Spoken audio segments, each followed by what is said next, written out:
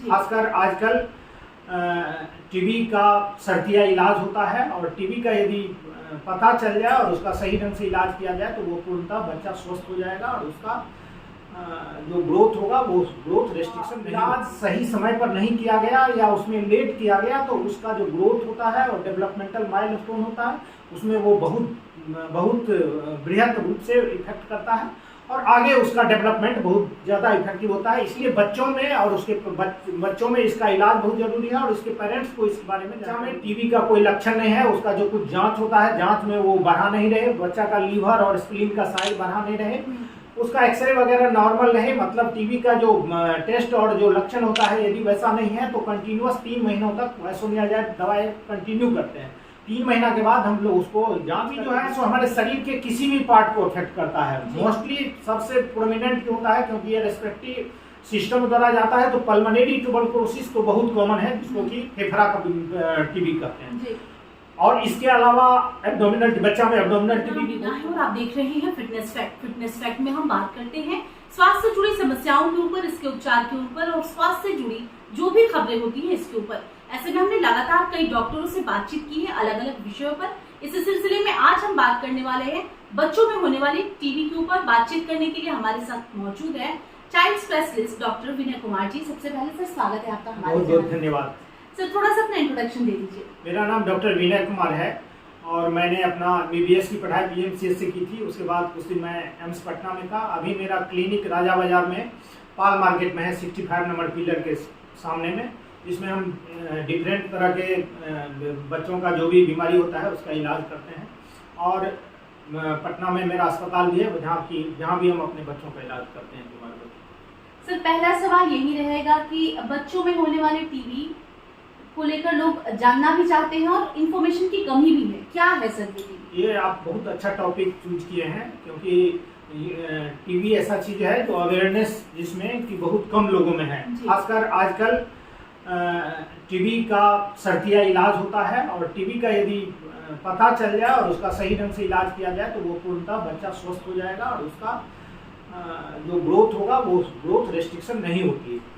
सबसे पहले टीबी होता क्या है, ये बैक्टीरियल इन्फेक्शन है जिसको कि माइकोबैक्टीरियम ट्यूबरकुलोसिस कहते हैं और इसके इन्फेक्शन के कारण जो बीमारी होती है जिसको ट्यूबरकुलोसिस कहते हैं, आम बोलचाल की भाषा में लोग टीबी भी कहते हैं।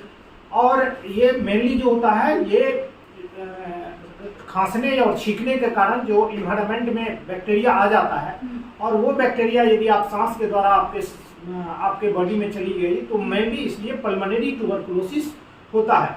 और ट्यूबरकुलोसिस ऐसी बीमारी है जो जन्म से लेकर जो बच्चा पेट में है वहां से लेकर और जो बूढ़े लोग हैं थ्रू आउट हर एक एज में टीबी का बीमारी पाया जाता है और खासकर बच्चों में जो टीबी होता है यदि उसका इलाज सही समय पर नहीं किया गया या उसमें लेट किया गया तो उसका जो ग्रोथ होता है और डेवलपमेंटल माइलस्टोन होता है उसमें वो बहुत बृहद रूप से इफेक्ट करता है और आगे उसका डेवलपमेंट बहुत ज़्यादा इफेक्टिव होता है। इसलिए बच्चों में और उसके बच्चों में इसका इलाज बहुत जरूरी है और इसके पेरेंट्स को इस बारे में जानकारी बहुत जरूरी है। सर, दूसरा सवाल ये रहेगा कि इसके लक्षण क्या होते हैं और क्या ये जैसे अगर बच्चा पेट में है, प्रेगनेंसी के दौरान माँ को है तो ऐसा भी खतरा होता है कि बच्चे को भी टीबी हो सकता है? हाँ, बहुत अच्छा सवाल बोले हैं। और जहाँ भी बच्चा यदि माँ को ट्यूबरकुलोसिस है तो बच्चा को खतरा रहता ही है क्योंकि ट्यूबरकुलोसिस के कांटेक्ट में यदि आएगा बच्चा यदि उसका तो टीबी होने का चांसेस है। इसलिए जब भी जिस माँ को टीबी रहती है तो उसका तो माँ का इलाज जारी रखना होता है और जब बच्चा पैदा होता है तो बच्चा को एक दवाई होती है आइसोनियाज़ाइड कहते हैं, तो आइसोनियाज़ाइड की दवाई को लगातार कंटिन्यू चलाना होता है। यदि बच्चा में टीबी का कोई लक्षण नहीं है उसका जो कुछ जांच होता है जांच में वो बढ़ा नहीं रहे, बच्चा का लीवर और स्प्लीन का साइज बढ़ा नहीं रहे, उसका एक्सरे वगैरह नॉर्मल रहे, मतलब टीबी का जो टेस्ट और जो लक्षण होता है यदि वैसा नहीं है तो कंटिन्यूअस 3 महीनों तक आइसोनियाज़ाइड दवाई कंटिन्यू करते हैं। 3 महीना के बाद हम लोग उसको जांच करके देखते हैं बच्चा में मेंटुक्स टेस्ट और कुछ टेस्ट होता है उसके द्वारा कि बच्चा में टीबी है कि नहीं। यदि टीबी नहीं है तो फिर 3 महीना और चला के हम उसको कंप्लीट बंद कर देते हैं और यदि टीबी का लक्षण जांच में आ जाता है तो फिर बच्चा को आइसोनियाज़ाइड के साथ कुछ और दवाई देकर बच्चा को फिर से टीबी का इलाज शुरू करना पड़ता है। इसलिए यदि जिस माँ को टीबी है तो माँ का तो इलाज जारी रखना ही होता है और बच्चे को भी एक दवाई चलाना होता है और बाद में 3 महीना के बाद जांच करके फिर इलाज जारी। और एक और क्वेश्चन आप पूछे थे, लक्षण क्या क्या होते हैं? हाँ, लक्षण तो ये तो जरूरी है। एक्चुअली टीबी जो है सो हमारे शरीर के किसी भी पार्ट को अफेक्ट करता है। मोस्टली सबसे प्रोमिनेंट होता है क्योंकि ये रेस्पिरेटरी सिस्टम द्वारा जाता है, तो पल्मोनरी ट्यूबरकुलोसिस तो बहुत कॉमन है जिसको कि फेफड़ा का टीबी कहते हैं जी। और इसके अलावा एब्डोमिनल, बच्चा में एब्डोमिनल टीबी भी बहुत कॉमन होता है। स्केलेटल टीबी मतलब किसी भी बोन में बोनी टीबी हो सकता है, ब्रेन का टीबी हो सकता है, जो मेनिंजियल टीबी, तो शरीर के किसी भी पार्ट को टीबी अफेक्ट कर सकता है। पल्मोनरी टीबी बहुत कॉमन है और इसके लिए जिस पार्ट में रहता है तो उस पार्ट के सब्सटेंस को, जैसे पल्मोनरी टीबी है तो हम इसका खखार का जांच करवाते हैं, तो कफ का जांच करवाते हैं और जो इसका डिफिनिटिव टेस्ट होता है, यदि हम आइसोलेट कर लेते हैं बैक्टीरिया को तो वो डिफिनिटिव टेस्ट होता है। इसके अलावा बहुत सारा टेस्ट होता है जिस बेसिस पर डॉक्टर्स लोग बच्चे में या एडल्ट में टीबी को डायग्नोज करते हैं। तो जिस अंग का टीबी रहे तो उस अंग का वैसा सिम्टम आता है। जैसे पल्मोनरी टीबी है तो उसमें खांसी रहेगा, बच्चा में या बुजुर्ग में खांसी हो सकती है, उसके बाद फीवर बहुत कॉमन होता है, वेट लॉस होगा, नाइट स्वेटिंग होगा, तो ये पल्मोनरी टीबी में होता है। इसके अलावा लिम्फेडिनोपैथी हो सकता है, कहीं भी लिम्फ नोड बढ़ जाएगा। जैसे बच्चे लोगों में खासकर बहुत कॉमन होता है जो पेट दर्द बहुत दिनों तक बताता है, लॉन्ग टर्म से पेट दर्द हो रहा है बच्चा में जो है सो उसका वेट लॉस हो रहा है, हिपेटोस्प्लेनोमेगाली मतलब उसका जो स्प्लीन और लिवर है उसका साइज बढ़ गया है, बच्चा का वेट बढ़ ही नहीं रहा, तो उस स्थिति में वैसा यदि बच्चा में रहे तो उस बच्चा में टीबी का भी जांच करा लेना जरूरी होता है।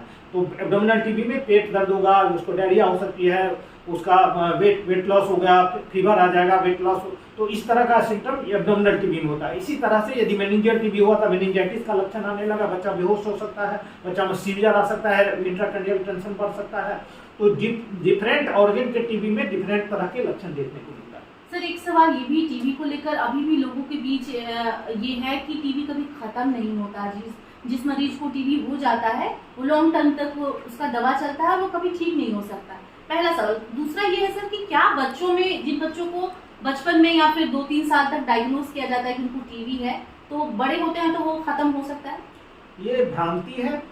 टीबी एक बैक्टीरियल इन्फेक्शन है और यदि सही ढंग से इलाज किया जाए, प्रॉपर कोर्स जो ड्यूरेशन होता है, हर एक अंग के टीबी के लिए इलाज का एक ड्यूरेशन होता है और डिफिनिट ड्रग होता है, जो कि शुरुआत में 2 महीनों तक ज्यादा ड्रग, 3 या 4 ड्रग या 5 ड्रग भी चलाते थे पहले, और बाद में 2 या 3 ड्रग चलाता है। तो यदि आप डिफिनिट ड्यूरेशन के लिए और जो कोर्स होता है इसके यदि आप कंप्लीट कर लेते हैं, उसके बाद इलाज जब आपका कंप्लीट हो जाता है, उसके बाद आप डॉक्टर से संपर्क करके आप अपना आश्वस्त हो लें जब हमको टीबी नहीं है।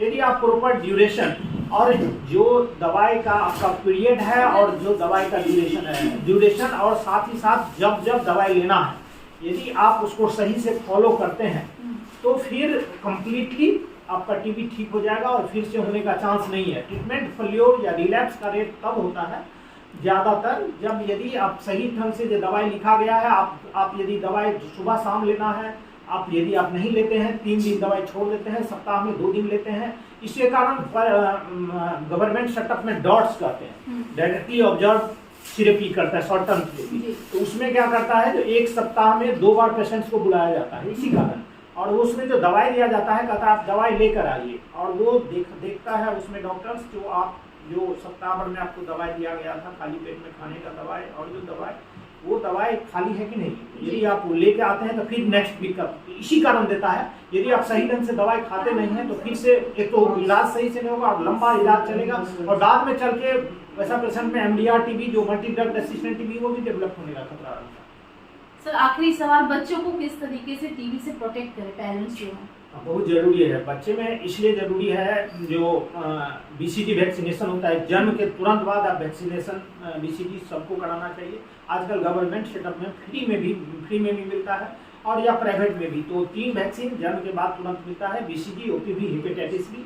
BCG टीबी से बचाता है, तो OPV आपको पोलियो से बचाता है और हेपेटाइटिस बी से बचाता है। तो जन्म के तुरंत बाद आपको BCG दिलवा लेना चाहिए। यदि आप तुरंत बाद नहीं दिला पाए किसी कारणवश, या जहाँ अस्पताल में या गवर्नमेंट सेटअप में या जहाँ आप इलाज करवा रहे हैं वहाँ अवेलेबल नहीं हो, तो बाद में भी आप कभी भी उसका BCG वैक्सीनेशन दिलवा लेना चाहिए। और एक बार यदि वैक्सीनेशन दिलवा लिए तो उसका खतरा बहुत कम हो जाता है, और होता भी है तो सिविरिटी बहुत कम हो जाता है। दूसरा एक चीज़ हम बच्चे लोगों में बताना चाहते हैं, जो जिस बच्चे में यदि टीबी का बीमारी हो गया तो उससे दूसरे लोगों में फैलने का खतरा बहुत कम होता है, क्योंकि बच्चे लोग, ये छोटे जो बच्चे रहते हैं वो खांस नहीं पाते हैं, खांसेंगे नहीं तो इन्वायरमेंट में टीबी का बैक्टीरिया आ नहीं पाएगा, और टीबी बैक्टीरिया नहीं आ पाएगा तो फिर दूसरे लोगों में इन्फेक्शन का चांस नहीं रहता। इसलिए छोटे बच्चे में एक दूसरे से, छोटे बच्चे से फैलने का खतरा नहीं रहता। थोड़ा सा एडोलेसेंट हो गया, 7 साल या 6 साल या 7 साल, जो कप करने के खांसी निकलता है, उससे टीबी एक दूसरे में फैलने का खतरा। सर एक थोड़ा सा बीच में जानना चाहेंगे, जो छोटे बच्चे होते हैं उनके रख रखाव में, या फिर मान लीजिए किसी बड़े को है, गोद ले रहा है, इस तरह की भ्रांतियां भी बहुत है, तो क्या वो इन्फेक्टेड हो सकता है बच्चा? टीबी का बीमारी किसी के साथ टच होने से नहीं होता है जी। टीबी का बीमारी मेनली होता है, जो बताएं, जो बैक्टीरिया यदि आपके एनवायरनमेंट में गया, वो इनहेल कर लिया या वो इनोकुलेशन हो गया, तो उसी स्थिति में टीबी हो सकता है। एक दूसरे से टच होने में छुआछूत की नहीं है। और आप पहले भी पूछे थे, जो एक बार हो गया तो ऐसा नहीं है जो जिंदगी भर रहेगा, ये भी नहीं है। और मैक्सिमम टीबी जो होता है वो 6 मंथ का कोर्स में आपका कंप्लीट ठीक हो जाएगा। आप एक बार फिर से आकर डॉक्टर से चेकअप करा लें, जो हमारा कंप्लीट ठीक हो गया कि नहीं। जो लोग ट्रीटमेंट सही से नहीं लेते हैं या बीच में ड्रॉप कर देते हैं, फिर ट्रीटमेंट फेलियर होता है, ट्रीटमेंट रिलैप्स होता है, और उस स्थिति में दूसरा खतरा ये हो जाता है कि फिर जो दवाई, सिंपल दवाई जो 4 से 6 ड्रग होता है, उससे जो काम करता है, बाद में और सारा दवाई देना पड़ता है, जो क्योंकि resistant, multi drug resistant TB develop हो जाता है। उस स्थिति में फिर क्या होता है, जो इलाज आपको लंबा चलाना भी पड़ता है, कभी कभी 12-15 महीना भी चलाना पड़ेगा, और कभी और बहुत सारे स्थिति में दवाई और ऐसा दवाई लेना पड़ता है जो कि नॉर्मल टीबी में नहीं यूज होता है, और जो कि महंगा होता है, या एटिपिकल ड्रग भी यूज करना पड़ता है। बहुत धन्यवाद। बहुत धन्यवाद, इतनी अच्छी जानकारी आप लिए हैं, और आम आदमी को भी इसके बारे में जानकारी होना चाहिए, जिससे कि पेरेंट्स भी जागरूक हों और बच्चे में भी इस तरह का टीबी का बीमारी नहीं हो। तो खासकर हम लोग डेवलपिंग कंट्री में हैं, तो इस तरह का बीमारी से बचाव बहुत जरूरी है। धन्यवाद। तो देखिए, आज हम बात कर रहे थे ट्यूबरक्लोसिस यानी कि टीबी पर, और खासकर हम फोकस थे आज बच्चों में होने वाली टीबी को लेकर। हालांकि बड़ों के लिए भी सर ने जानकारी उपलब्ध कराई है। आपकी क्या राय है, अपनी राय कमेंट के जरिए हम तक दीजिए। इसके साथ ही अगर अब तक आपने हमारे YouTube चैनल को सब्सक्राइब नहीं किया है तो इसे सब्सक्राइब कर लें। धन्यवाद।